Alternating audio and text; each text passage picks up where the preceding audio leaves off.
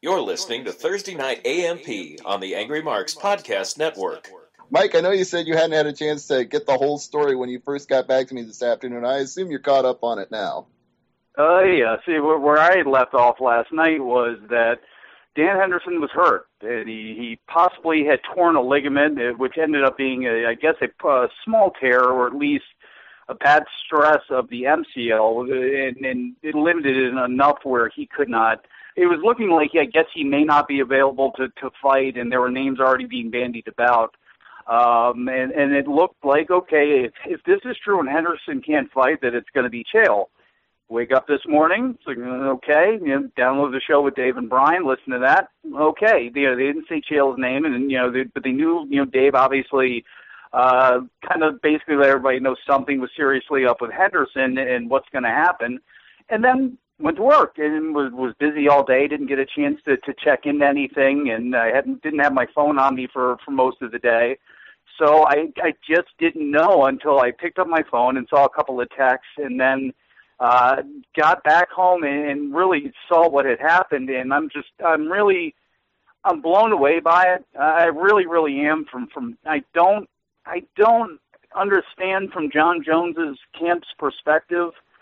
And I know I try to look at things from all sides right away and try to see what, because it was immediate that everybody was coming down on Jon Jones and on his side. So it's like, well, okay, let me try to figure out what they're doing from their point of view. And the only thing that comes up is I wasn't training to fight that guy. That's not fair to my guy. He shouldn't take this fight. That's it. I mean, outside of that, you could have held up UFC for money. If you lose this fight, you have a built-in excuse, and you have a bigger fight coming out of the deal. You have somewhat of an image problem. So if you take the fight, it looks heroic, and even if you lose the fight, I think people would have more respect for you coming out. And again, this may be because I come from a older school mind, and I had a chance to watch Pride, and I had a chance to watch all the Japanese stuff flourish, and to see how the UFC has flourished, and to put everybody's livelihoods on the line, and that was very overdramatic from Dana, but it's actually kind of true. And I just may be too old school here, but you are training to fight.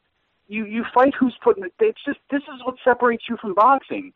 All of this nonsense and play and things like that. No, with MMA, if nothing else, dudes were going to fight no matter what. And even if it was in a bad way like they did in Japan, where they would have these fights on short notices and pull bait and switches and all that other nonsense. It's not like that now.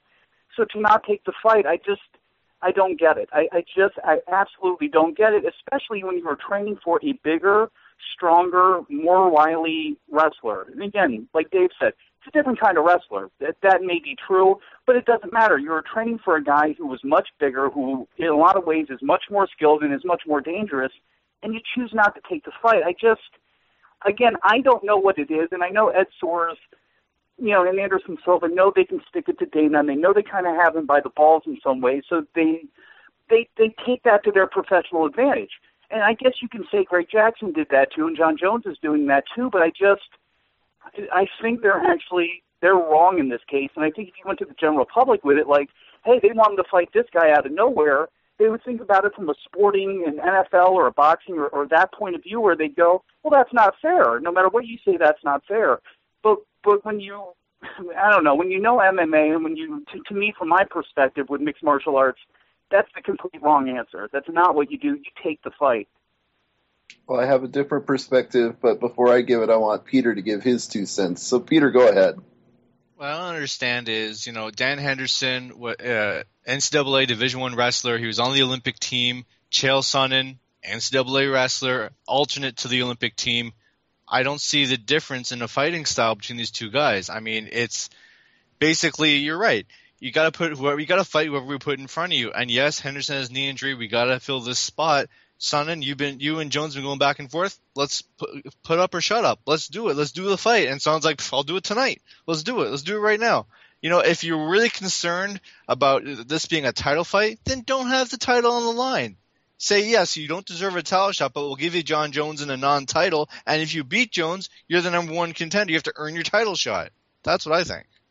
Well, and now here's where I'm going to split the difference, because I do believe that there's a point to be made that it's fighting. You should take a fight when a fighter's offered to you, especially if you're a fighting champion and you deserve to prove that you have the title. But at the same time, you also deserve to have worthy contenders. And this is where I split the difference between the two, is that Chael Sonnen hasn't proved himself to be a 205er. He's proved himself to be a great middleweight. He's had 2 title fights with Anderson Silva, one which was a little more successful than the other. But there's an unproven quantity to having Chael Sonnen at light heavyweight. And the fight with Forrest Griffin was supposed to prove whether he's a viable guy to go after Jon Jones. And we haven't even had that fight yet. And he's being offered the fight with Jones as a replacement. And I do feel like there's some level of respect to the champion that you don't give him a guy that's never fought in the weight class in the last 2 or 3 years. He's been fighting at a different weight class, and all of a sudden you're going to say, well, he'll move up and he'll face you in 8 days. I do feel like that's a little unfair to Jon Jones and the people that are critical of Jon Jones, not specifically Mike Sempervive on this case, but I've seen a lot of criticism on the internet that Jones is a bitch for not taking the fight. Well, is he really? Because this is a guy that's not even in his weight class, technically, as far as I'm concerned. Well, that would be unless you came out with a humanitarian reason and saying, I am too big, I am you have too much wingspan, I have too sharp an elbows and knees, and I think I'm going to hurt and kill this man. Okay, but he didn't say that. And no, and this is the other thing, and I know the hardcore, the guys, people who just came up on MMA hate the pro wrestling thing, and I know pro wrestling fans hate dealing with MMA, and I understand that. And to look at it from a pure sport perspective, somebody who doesn't understand fight promotion especially, yeah, I could see that, but it's just, Sonnen may have not been in his weight class, and that's true. But look how many boxing matches, how much is it, it's personality driven. Ronda Rousey just came off, beating Sarah Kaufman, who, Sarah Kaufman should have had a fight against Miesha Tate. That didn't.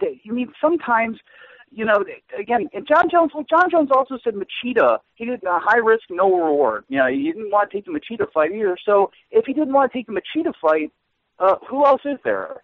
So Sonnen was going up to 205 anyway. But on short notice, sometimes in fights that type of stuff happens. Look how many guys. And granted, it's on a much smaller scale, just walk right into boxing matches. There's been a couple where we've gotten big upsets and things like that, but it happens regularly. It happens regularly on, lower MMA cards. It happens on UFC cards all the time. Guy gets hurt, got a week to go. They don't want to pull the fight because they know they have somebody ready, and they were looking at him anyway, and they take the fight. It's just, I understand what you're saying, but I think when it comes to canvas-matted ring sport, like it or not, whether you're a pro wrestling fan or an MMA fan, these different weird rules apply. And I'm not saying that they don't. I'm not saying that Jones doesn't look bad coming out of this, but I also think that Jones is not entirely at fault for looking bad here. You can say he should have taken the fight and that different rules apply to being an MMA fighter, but by the same token, the fact that he decided not to take the fight, which inevitably is his right to do whether we like it or not, they didn't need to bury him and say that 16 guys lost a payday because of him, and that if he doesn't take this fight in Toronto, that we're going to have another press conference, and it's going to be a very bad press conference. Dana White was just burying Jon Jones, burying Greg Jackson, and I'm thinking to myself, this is the guy that you're putting all this marketing around. He's your fighter that wears UFC clothing. He's like the guy you endorse. He just got this big deal with Nike, and here you are burying him on this press conference. Well, if you look at it from Dana's point of view, and Peter, I'm sorry here, I'll shut up in a minute. If you look at it from Dana's point of view, that's the whole thing. You're there with a UFC logo on your back. You're sponsored by the UFC. Stand up to bat for your promotion, so all of these guys who, most of those fights will be rescheduled. Guarantee one or two of them won't. Now, what happens if that guy, next time in training, blows a knee out, he's out for another year, comes back on a smaller show because he doesn't get signed by the UFC again, gets knocked out? It just, yes, there's a lot of what ifs that could happen, but to me, that's even more of a reason Jones should have stepped up, because it's not like it's, okay, now we're going to give you Cain Velasquez. It's, you're getting Chael Sonnen, who, you know, if you're sponsored by the UFC and you're this big of a team player and you want to be this big of a star, you should see what Chael Sonnen does to talk people into the building, and maybe not do it in that way, but at least figure out how to get a reaction, or at least a better reaction. So I think it's even more so that he's sponsored by the UFC. And from what what Dana said is true. It's not like he hasn't said this about Anderson Silva. I mean, before the Sonnen fights, he was going to be the first UFC champion to fight on a dark match. So, I mean, this is not, and again, look, Dana White needs a PR guy, but I don't know. I think in this case, and again, this might just be that somebody who likes to sit back and watch this stuff in me, but, I thought Dana White. You're listening to Thursday Night AMP on the Angry Marks Podcast Network.